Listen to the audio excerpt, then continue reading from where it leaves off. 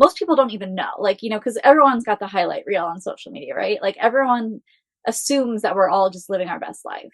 But Hmm. if you could take a moment to be really honest with the stuff that you struggle with, you'll often realize that you're not alone and that there's millions of other women and people who Mm-hmm. are struggling with the same sort of things you're struggling with. And Hmm. that really helps to create that sense of empathy and stepping into the shoes of your ideal guest. Because oftentimes you created your experience because of the challenges that you were facing in your own life. And Hmm. that's what makes your experience so desirable and valuable to the people that are looking at your tour.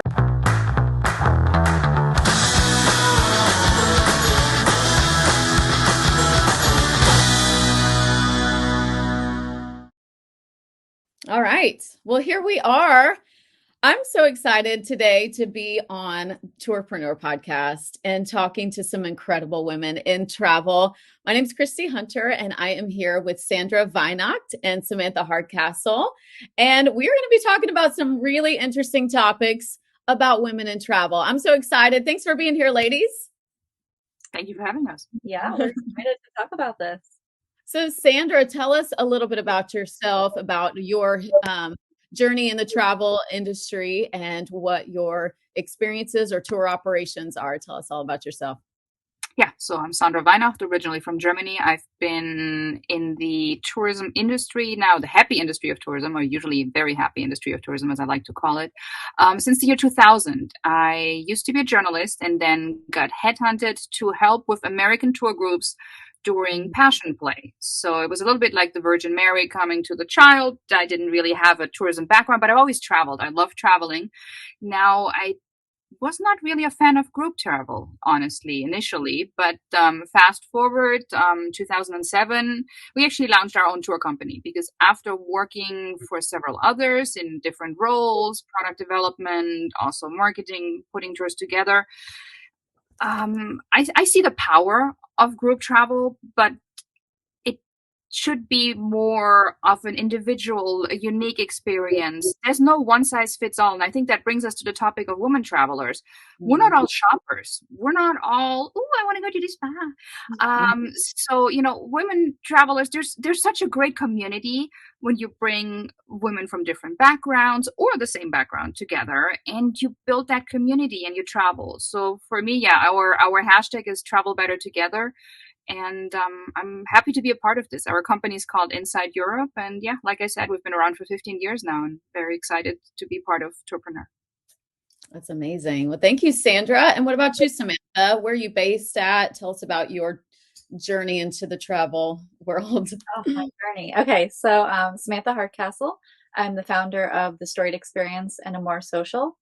So I actually don't operate a tour. I help a lot of tour operators, and I've worked with pretty much every sector of the tourism industry. So I about 4 or 5 years ago, I really started getting into more of the product experience design side of tourism. So that really required me to learn as much as I could about travelers. And it required me to put myself in the shoes of the traveler. So that's kind of why I'm here today, is to share the knowledge that I've learned about what travelers are really wanting, especially women. I think as a woman, it's easy for me to relate to the things that women are going through while they're traveling. And I think oftentimes that can be really hard for men to understand. So I'm hoping, we can help everyone in this industry understand women a bit deeper and understand their desires, but also how to speak to them in marketing. Because I think oftentimes we approach marketing from a very logical aspect or position, and we could really be doing a lot more to speak to the emotional needs and desires of women while they're traveling, but also like in the marketing stages as well. So that's what I'm really excited to talk about today, and hopefully we can continue to build a really safe and empowering journey for women as women become more and more of the dominant traveler in the world, because that's really the direction that it's heading. So I definitely want to get back to that, to marketing strategies, because I think that's so interesting, and you are such a great resource for that. So I'm Christy Hunter. I am the founder and CEO of Photo Walk Your Travel. And my journey into the tourism industry has been a little bit of a just surprising, kind of found myself in it, was unexpected. As a photographer over the last 10 years, I've worked in, a lot of different in little parts of the photography industry, but then I realized that Nashville, Tennessee, which is where I'm from, became a leisure destination all of a sudden. And these murals that were popping up, people started coming in just to have their pictures taken. And then with Instagram and Pinterest really promoting those photos, it became a phenomenon, and everybody wanted their pictures taken at these spots. And so I saw a need for that, and saw that there were no professional tours or photographers that were really taking guests to these places. And so I came up with the idea of a photo walk experience, which is a combination of a photo shoot and a walking tour in one. And it's been so much fun over the last 5 years. Started off just on Airbnb experiences as the first kind of launch point for it, and then began the journey into growing it as a legitimate business over the last 5 years. And it's been a lot of fun, have multiple experiences underneath that. So, and then we have just moved into another city, Scottsdale, Arizona. And so we are learning. I have a female business partner as well. So we are a female owned business. And I would say the majority of our guests and our clientele is a female demographic as well. So I think we're all three of us are in that space, and we really understand and have been in contact with a lot of female travelers over the past few years. And I think y'all would agree with me that it really has changed. Maybe over the last 10 years, we've seen a huge shift in women traveling in groups, women traveling by themselves, the solo traveler. I know for me, I was so surprised when I first started doing Photo Walk that I had all of these female solo travelers showing up that wanted pictures. And it made sense because, at least for my experience, I'm offering something that you can't really do by yourself. It's very hard to take Instagram photos by yourself at these places. And so I really was intrigued by that demographic and by that woman who says, you know what, I'm just going to go on a trip by myself. Like, I'm going to buy a plane ticket. I'm going to have my own accommodations. I'm going to book my own experiences and see what happens in the city. So maybe let's dive into her. Like, who is this woman? What ages are you seeing this happening in? And tell me, let's get into the mind of that female solo traveler. So Sandra, what are your thoughts there? Well, so solo travelers is not 100% my experience, in the sense that we work with affinity groups. So it's usually people that already know each other, or at least have something really, really big in common. And like you, our niche is that we personalize within. So just because you travel with a group doesn't mean everybody has to do the same thing. Remember that TV show, Oh, It's Tuesday, must be Belgium.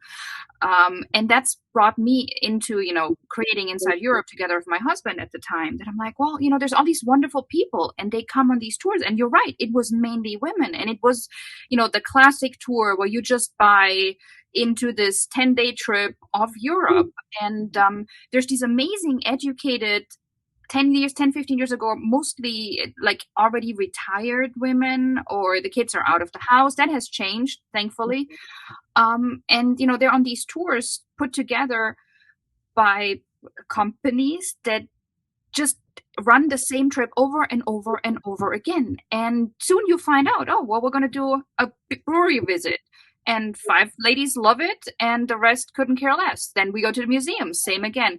And so I think, we've learned as women to maybe find our voices a little bit more and speak up. But I think from the industry perspective, and that's something for me coming from Europe, where I don't want to say we react faster to trends, but it is, bottom line, it is the case. And, Europeans travel a whole lot more, and it's easier to hop from country to country. So offers have to continuously change in order to be attractive. But then, I go to these big conferences and I looked at the big, large tour companies, and they're like, oh, yeah, well, maybe we change a city. but it might take us 2 years. And now you got to be flexible. You got to be there for your clients. And even within a city, just because you go to Rome doesn't mean there's just the Colosseum and the Vatican. There's so much more.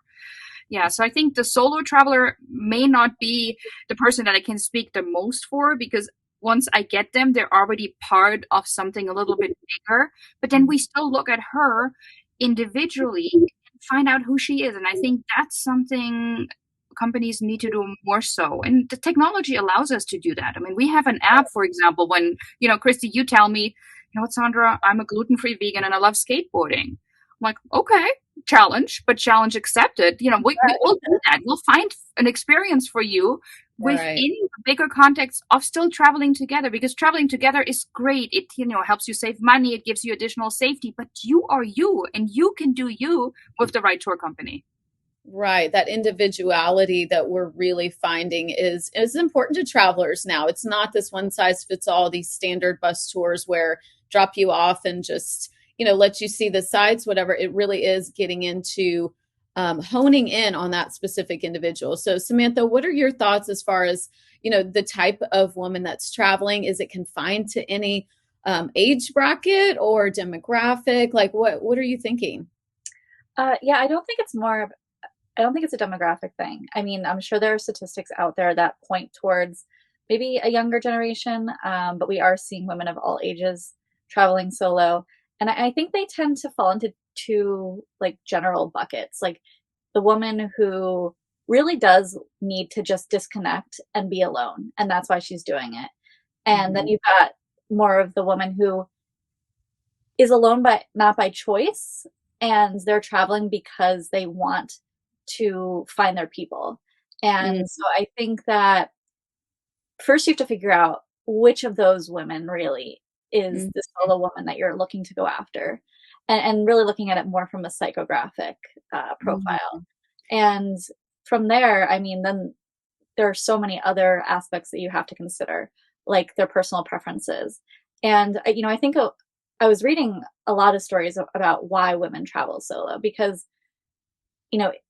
there's a lot of different reasons why women do it. And a lot of the times it's kind of out of like a necessity. Like the first time they do it, they don't do it by choice. They do it because they need an adventure and they don't have anyone to go with. And we're seeing a lot of statistics these days about how people don't have a lot of friends, and they're using travel as a means to connect with people who share their passions. Like one of my favorite women group travel is the Thread Caravan, and it's uniting a bunch of women who share a very similar passion for craft. And when you see the way that this tour is structured, and you can see that these are all women who are really gifted and creative, or want to be creative, and they just don't have anyone maybe in their circle at home that they can go with to partake in something like that.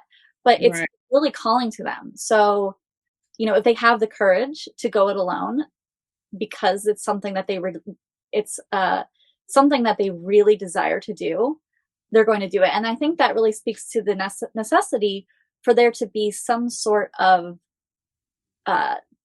uniqueness and novelty, as Sandra was saying, like that is pulling them to do that they couldn't really do it at home. And that's what is driving them. And regardless too of their relationship status, I think there are women who are in, relationships or who are not. And that, like you were saying right there, if it becomes a reason for like self-discovery, no matter what position you're in your life or what status you have, I think that we're realizing that going on a trip alone actually is a sort of a rite of passage for yourself, like that self-discovery, self-awareness, and just coming back from it with this feeling of, I did that by myself, like that was something I was able to do. And I made friends and I met people that maybe I wouldn't have met if I was with a group, because you're just open, you're coming into it without any other distractions. Is that a key element, you think? Absolutely. I 100% agree. Yeah, I think the self-discovery aspect is, we know that it's such a huge part of travel. And how can you discover who you really are with all your old baggage, all these things that you're bringing from home with you. And Mm, you become a different person when you're yeah. on your travels, right? Like if you're bringing along the same people that then you're going to stay that who you are when you're with them. I forget the saying, but it's something along the lines of you are who Mhm. you're like the five people that you surround yourself with.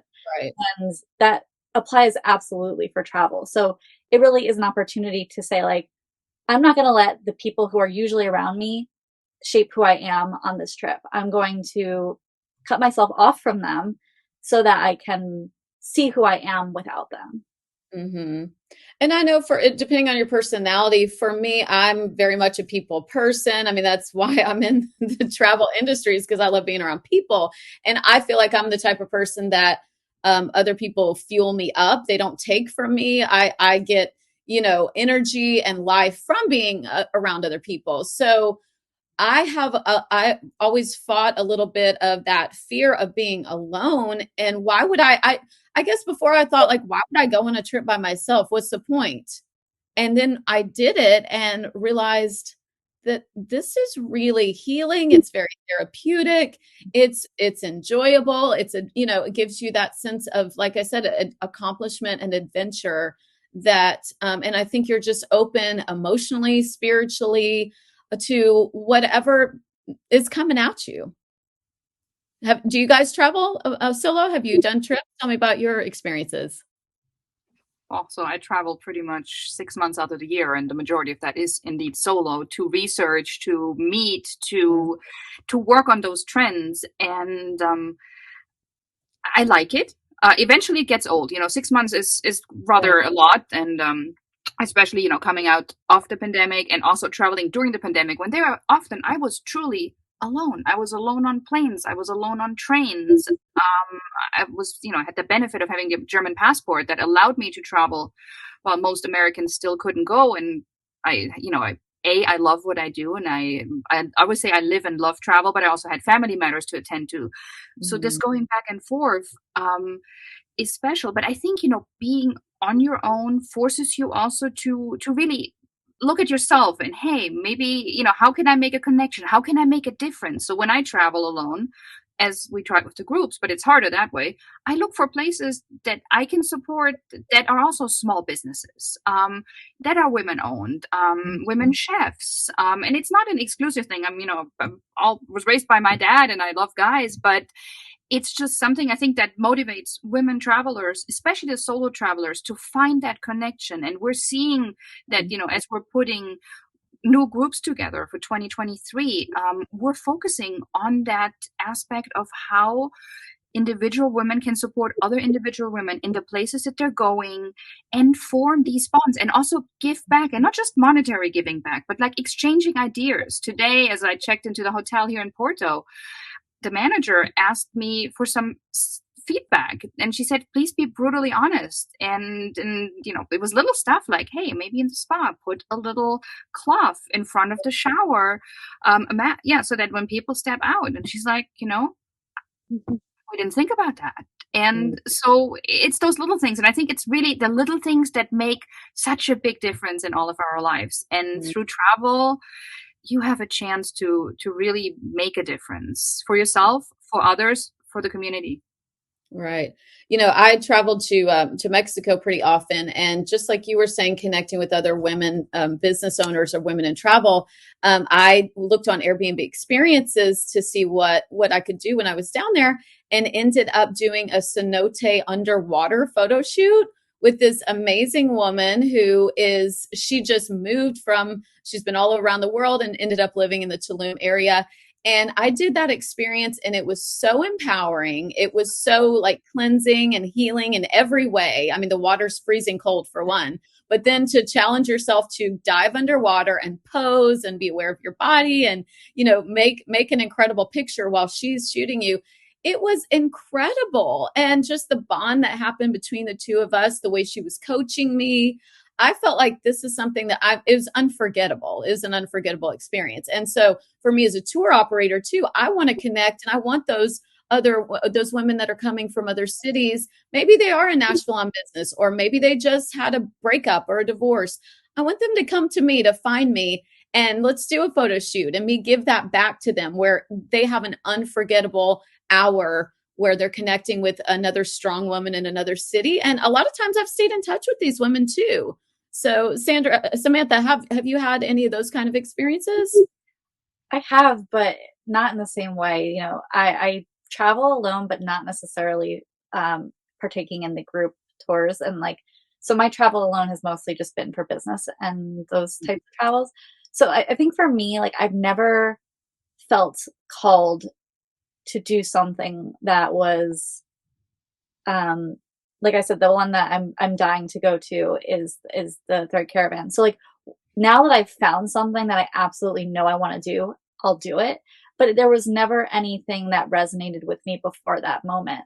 So I feel like it's so much of this resistance because you needed to find your right people, right? And I think that's a lot of times why women are hesitant to do any type of solo travel or group travel with other people that they don't know. And one of my biggest fears, and I think it's a fear that we need to make sure we're addressing in all of the marketing material and all the copy, is what if I don't fit in? What if I go somewhere and I'm stuck in a group with people who I don't mesh with? Mm-hmm. And I think one of the biggest jobs that we have as tour creators is to make sure that we're building a container for people who share a very similar vision and value system. And mm-hmm. when you do that, you're telling these people, this is really a place that you can feel like you can be yourself. And mm-hmm. I think that's a really missing piece of so many group travels that, I've seen in the past. And I think as travel evolves and becomes more of what it's becoming, I think we're going to see okay, I found my people, because this tour leader wasn't afraid to put something out there that was true to themselves. Mm. So I think that's a missing piece. When you create something generic, when you create a tour that is, from a place of, I just need to make some money, right. The person on the receiving end can feel that, and it doesn't feel like the right fit. So I think it all comes down to fit, right? And that will be a huge aspect for women who can feel that.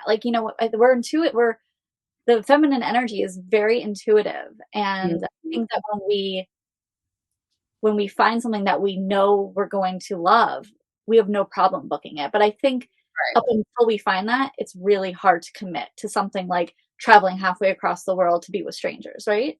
Yeah, oh, absolutely. And, for me, that what you just said, Samantha, resonates so very much. From the moment I started working in the tourism industry here in the US, well, not here, I'm in Portugal right now, but, for the American market, or the Canadians, love our Canadians, I've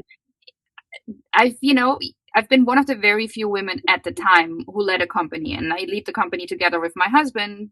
But long story short, I'm the front face, and, I'm out there the most. We have different areas of expertise.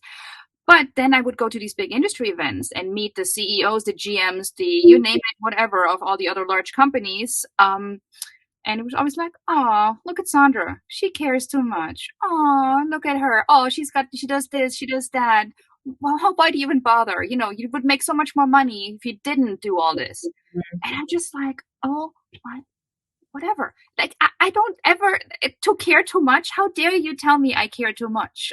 This is people's hard-earned money. This is maybe their once in a lifetime that they go to Italy or to France. And you know what? If that, let's say grandma cares to find that wool so she can make a sweater for the grandkids that then everybody will treasure for the next generation, I will go with grandma and find a store where she can buy that yarn. And I think that's when you said, the tour guides, we don't hire professional tour guides most of the time. We hire or we have a team of passionate travelers that actually love to share their destinations, their stories, and make it a unique experience for the people that they're taking care of. Eventually, they all become licensed and certified, yes. But it's not like when I started, it's like, oh, carpet factory. Oh, let's buy this, let's sell that. And everybody has to do the same thing. Yeah, sorry, I'm talking too much.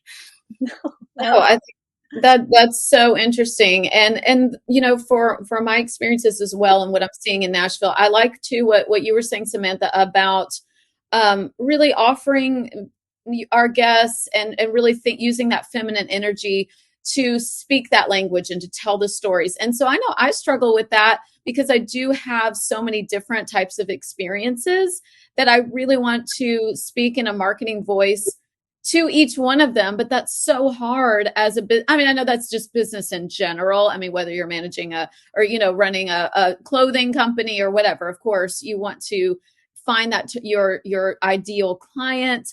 But, you know, how do we do that as females in the tourism space to really show that care, like Sandra was saying, yeah, that we actually do care about you, not just in the actual experience when you get to us and you're face to face or you're with our teams. I think that's obvious that we're showing how much we care in that moment. But to get them to us, what is that voice? How do we tell that through social media, through our websites? I would say it comes down to a few really key things. The first one is empathy, always. You cannot be in business without a really solid sense of empathy. Like if you think you know what people are going through on a day-to-day basis, but you really have no idea. Right. Like I say this all the time. Like, you know, I was talking to one person and she was like, oh yeah, you know, my people, they don't really go through a lot during their day. Like they just, you know, they work and they have, you know, the normal struggles. And I'm like, no, I want you to dive a lot deeper than that. We need to go real deep, because the second you really realize what women go through on a daily basis, that's when you can actually speak to them and empathize with them. And here's the thing about people, like they just want to be seen and validated. And Mm, that's what marketing is right. they see you, you know. And how do you do that? Using the right language. And right language again goes back to empathy. So I know that's like that can be really hard for people. It does start with knowing yourself and saying like, okay, well, what are the things I struggle with that most people don't even know? Like, you know, because everyone's got the highlight reel on social media, right? Like everyone assumes that we're all just living our best life. But Mhm. if you could take a moment to be really honest with the stuff that you struggle with, you'll often realize that you're not alone and that there's millions of other women and people who Mm, are struggling with the same sort of things you're struggling with. And mhm. that really helps to create that sense of empathy and stepping into the shoes of your ideal guest. Because oftentimes you created your experience because of the challenges that you were facing in your own life. And Mhm. that's what makes your experience so desirable and valuable to the people that are looking at your tour, because Mm. they could see that it was created with them in mind. They just don't know what it is about it. And it was because you're sharing those same similar struggles. Oh, you're speaking Wow. to my heart, girl. Because I will never forget the first trip I did, organized by somebody else. And, you know, I was just a host. They called it the escort at the time. And I'm like, yeah, great. I'm not an escort. But, you know, I'll take care of you. And you don't know who comes. You pick up that group, then you check into the hotel. And that was, you know, before the internet, before we could look things up like we can now. And you're just like, holy Moses, this is a hotel I would never stay in. Then you go to dinner. I'm like, oh my God, I would never eat this. Why are we feeding these wonderful, let's take, you know, we work with student groups, for example. There's no country where the national dish is chicken and French fries every single day with like a shitty side salad and a canned soup. And I mean, and it doesn't cost again much more to give people healthy, good food and Right. make it a destination experience. So yeah, you're speaking from my heart. It's yeah. Mhm.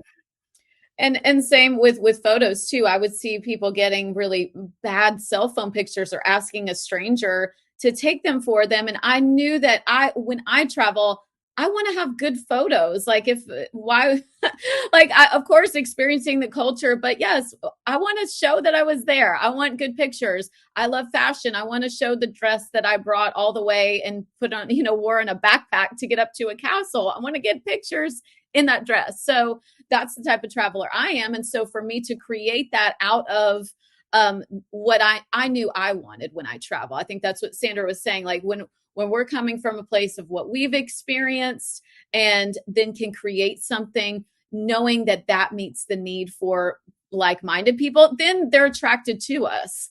Then you're already attracting, you've created something that will be attractive to, like-minded folks. And so that's why I think I've had so many cool experiences and made friends with people that have come on my experiences because they're like-minded. We're the same type of travelers. So it's almost like you're creating something that brings in people in your life that you want to be in your life. Yeah. Exactly. And I had a just to client, sorry. go ahead, Samantha. No, go ahead, Samantha. No, I had a client who runs very luxury wine tours in France. And she was attracting these people who just wanted to stock their cellars with like the best wine, the $1,000 bottles. Yeah. And she was like, no, this is not the kind of guest that I want to attract. And it was really frustrating her, and it was making her resent her business. And so she came to me, and it's just like, change the copy, who you're speaking to. And that immediately changes. And because of course she was saying she wanted to attract more, heart-centered women, like who really who cared about like the local culture and everything, not about filling their wine cellar. And yeah, so again, like shifting the language and putting emphasis on the right things, I think is so important. And, they say, know, like, and trust. This is the trust aspect. The trust aspect is, can I trust this person to attract, women like me who share my values? Right. And that can that absolutely be conveyed through marketing. Right. And even conveyed into social media too, because of that voice. I mean, with Instagram and TikTok, even, the captions in Insta, I realized from the beginning, or at the beginning, I might have been talking a little too salesy, like book us now, that kind of thing. And then I started realizing like, I need to talk as if I'm Christy. Like that's who people like, that's what works for me in conversation. So why am I having this other voice on Instagram? So I started just talking like that. And it really makes writing your captions easier. It makes writing your copy easier. So maybe a suggestion with what you're saying, Samantha, might be to relook at when you're rebranding, or just always, editing the copy and the brand voice, and really just talk out loud and have conversations with people and write down what you're saying and then put that into your copy. What are some other ideas of ways we can put our brand voice? Yeah, let your clients talk for you. I think that's something that recently just hit me. There's, we're also trying, so we're in the business of group tours, two dirty words, group and tours. Nobody wants that. But then again, we do those group tours that you really, really want to go on. And so as I was sitting there, like, how can I change this again? This one quote popped into my mind where Lynn Cooper, she traveled with us to Spain. It was her daughter was in a choir, and 150 people traveled, and then she was on the so-called shadow tour where we, the kids on one side and we had the parents on the other. We did the wine tasting. It was multi-generational. And she says, traveling with Inside Europe is like traveling with the perfect companion, that more adventurous friend. And I'm like, whoa, okay, here's actually my copy. And so looking at that, so we should look at the people that have traveled with us, because there's nothing better than referral. And people that have been with you, they also understand what it is that makes you different. So I think from my 10 cents for marketing is to, if you don't have those quotes, and you may not even use them as testimonials, although you should, nothing better than a good testimonial. Look at them and see what people say about you, what makes you special, what they experience, especially if they've been with somebody else. And that's so rewarding on all levels, but also great for marketing. Absolutely. Love that. Yeah. I mean, on Airbnb, we realized that we had, I just wasn't taking the time to go back and really look at the reviews. And when I did, I did the same thing where I just started writing down some of those key phrases. When people said, this is the best thing we did in Nashville, I'm like, there it is. There's a caption, there's copy. Like, this is the best thing you're going to do in Nashville. And even just saying it like that, where it's not overly, English correct. Like, it's okay to just talk in a regular voice to exactly who you are wanting to come and experience it for themselves. Absolutely. Christy, I think you nailed it when you said that you were kind of doing marketing robot speak, and then you realized that you needed to speak like Christy. It's about knowing who you are and what your voice is. Like, I always recommend creating like a brand dictionary of words that really speak to your personality, your values, everything that makes you different than all the competitors, and making sure that those words are popping throughout all of your marketing material, your website, your social, everything. Yes. Maybe, and that's probably my women issue, so to speak. I think we don't, you know how guys would be like, yay, I'm the best, I'm the strongest, I'm the coolest. Well, we're more like about the collective and, you know, hey, I don't want to put anybody else down. So I think that's also part of, as you find your voice to, you know, I know our tours are great, but I normally would not say that. And you shouldn't. You know, marketing should be about showing people, not telling. And telling is a very masculine energy. If you want to attract the women travelers, you actually do want to lean into more of that feminine, collective voice that you're talking about, Sandra. I don't think it's a bad thing. I think women will resonate with that if that's who you're looking to attract. And so I would say own it. And that's, you know, that's the difference and between creating that balance in masculine and feminine energy, because we always want balance. We never want to be leaning too far to one side. Mm-hmm. Yeah. Well, I mean, ladies, oh, go ahead, Sandra. No, I was just saying, you know, for me, again, we're not one size fits all and we want to attract everybody, but I think our niche is more the family, it's the collective.